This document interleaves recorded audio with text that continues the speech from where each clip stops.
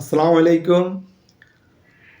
রমজান আত্মশুদ্ধির মাস।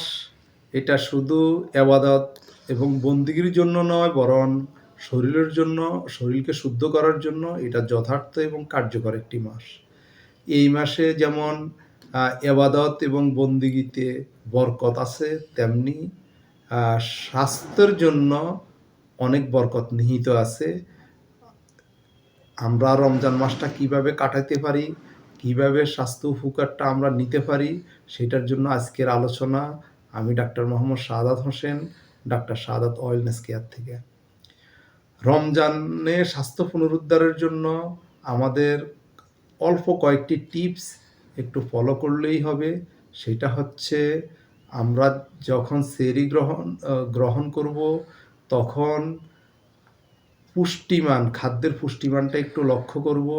ডিম, প্রোটিন জাতীয় এবং পুষ্টির গুণাগুণ মানটা দেখে আমরা খাদ্য গ্রহণ করব।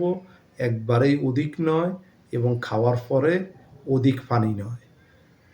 এরপর যখন সেহরি নিব, তখন সহজ হজম হয় এমন খাদ্যকে আমরা গ্রহণ করব। ফল, ভেষজ শরবত, ভেষজ চা, মিষ্টান্ন, ডায়াবেটিস, যাদের ডায়াবেটিস আছে তারা অবশ্যই মিষ্টিকে পরিহার করতে হবে।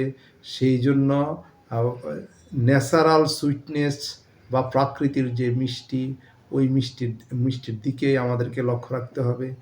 এবং আমরা যে শরবতটা গ্রহণ করব, সেই শরবতটা বাজারে প্রচলিত যেসব শরবত আছে, যেসব ট্যাং অথবা যে এই সিরাপগুলো আছে, এইগুলো অধিকাংশই কেমিক্যালযুক্ত।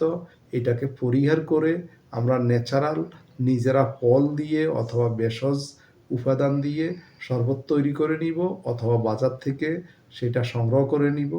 এইভাবে আমরা ইফতারিতে আমাদের সহজ পাচ্য ইফতার গ্রহণ করব। ইফতারের পর আমরা ধীরে ধীরে 6 থেকে 8 গ্লাস পানি পান করব সেহরি পর্যন্ত, একাত্রে বেশি নয়। নামাজের পর একটু হালকা ব্যায়াম, হালকা হাঁটা চলার মাধ্যমে আমাদের পুরো দিনের যে ক্লান্তি আছে, এই ক্লান্তি থেকে আমরা শরীরকে আরাম দিতে পারবো। এবং শরীরের যে আমরা যে খাওয়া নিয়েছি, ইফতার নিয়েছি, সেটার পুষ্টি, মিনারেল এবং ভিটামিনস এইসবগুলো শরীরে সঞ্চালন করতে পারবে। সেই জন্য একটু হালকা ব্যায়াম হলে ভালো হয়। এবং পর্যাপ্ত ঘুম আমাদের এই সময় খুবই জরুরি। আমরা পুরা মাস জুড়ে স্বাস্থ্য সচেতনামূলক টিপসে আপনাদের সাথে থাকব। সবাইকে ধন্যবাদ।